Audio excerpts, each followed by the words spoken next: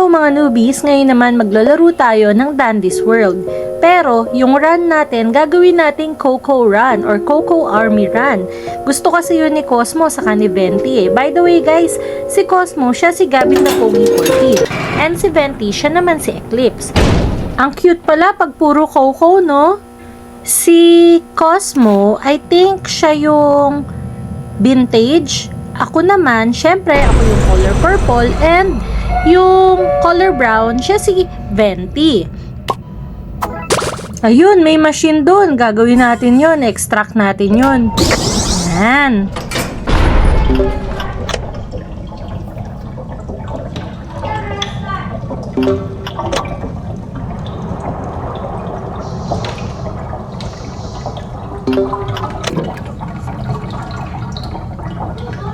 Ay, nakita tayo! Tago!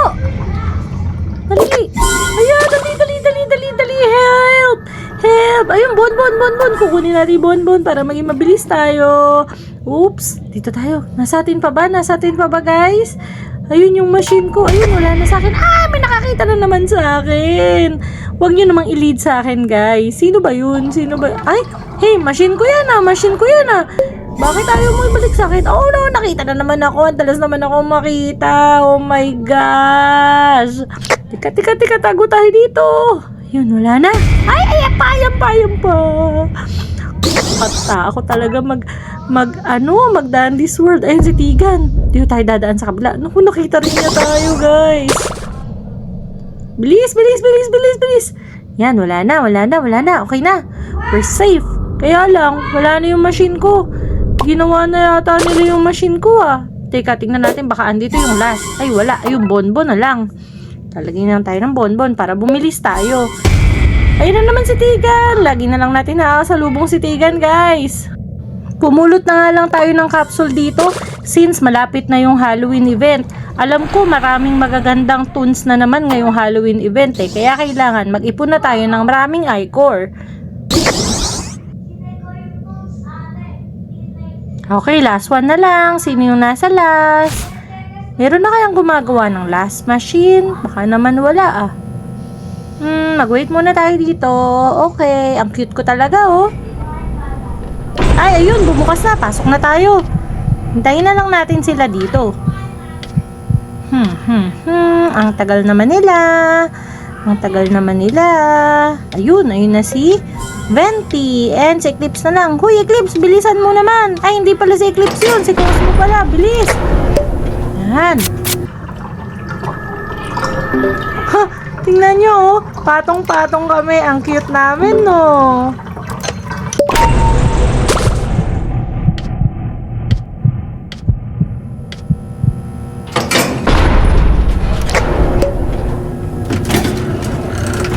O, ano naman kaya ang tinda ni Dandy's? Ito, instructions. Bumili tayo nito para mabilis tayo makapag-extract. Mapipinish natin agad yung machine. Uy, ikot ng ikot si Venti, oh. Aba, ang likot nyo naman. Nahihilo ko sa inyong dalawa, eh. Yun, umopen na. Oh! Blackout. Oh, no. At dahil nga blackout na, magkukwento na ako. Ito, totoong nangyari to. Nung bata pa kasi ako, pumunta kami dun sa bahay nung lola ko.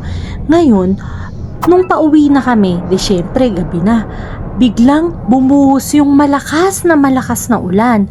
And then, si daddy, nakakita siya ng abandoned school. Bigla niyang ipinasok doon yung sasakyan. Kasi nga ayaw niyang mabasa kami. Siguro mga 5 or 6 years old lang ako. Kasing edad ko lang si Gavin. And then, ipinark niya dun sa mayroong gym na, parang gym na sira-sira na yun, ganyan. And then, meron dun yung, alam niyo yun, yung bomba, yung parang poso. Basta tanong niyo sa mga mamis niyo, alam nila yung poso. Ngayon, pag tinignan mo yun, as in nakakatakot talaga. As in nakakataas talaga ng balahibo dun. So ngayon, hindi na natiis ng daddy ko. Sabi niya, parang nakakatakot dito.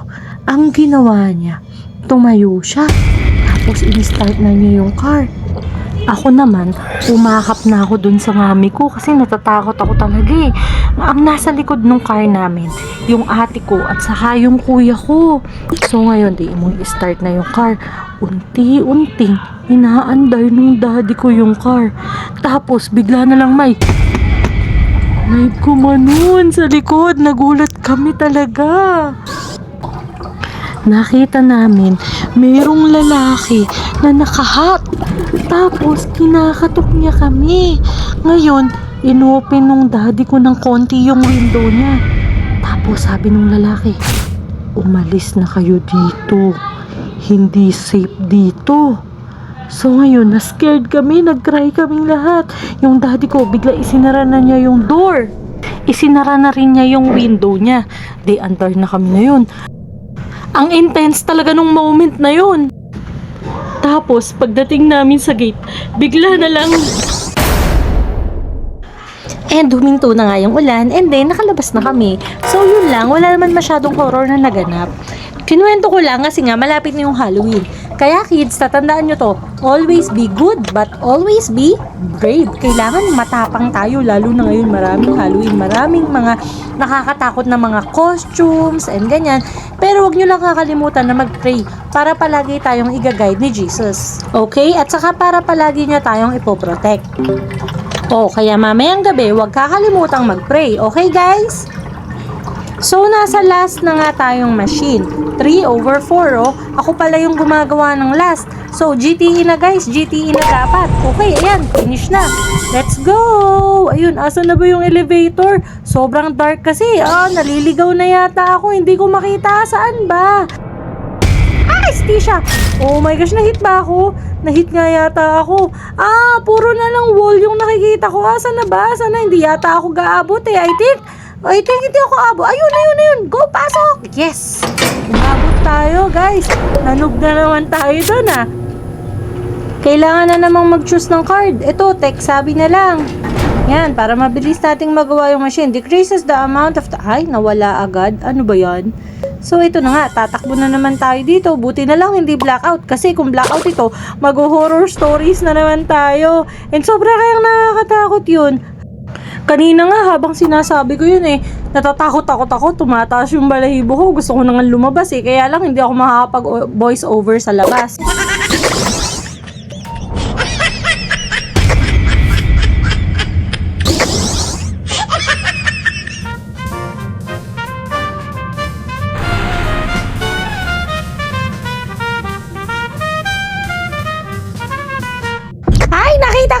Nakita ko, run! Ito na naman tayo, takbo na naman. Ay, naubos yung stamina ko.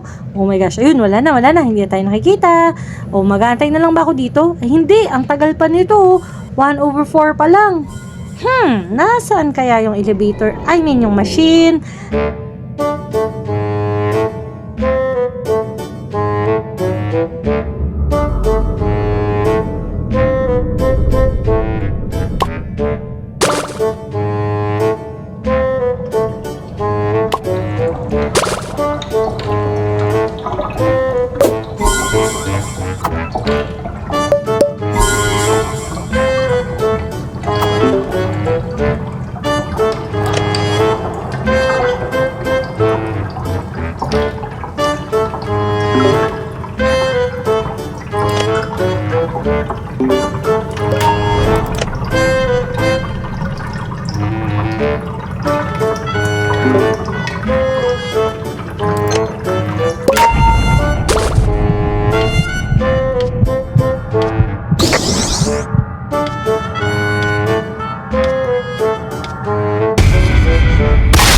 ayun nga, naded tayo kay Gigi kasi 1 heart na lang ako tapos nakasabit pa siya sa elevator. Pero para mas ganahan tayo mag-upload, huwag kalimutan mag-like, mag-share, and mag-subscribe. Bye-bye!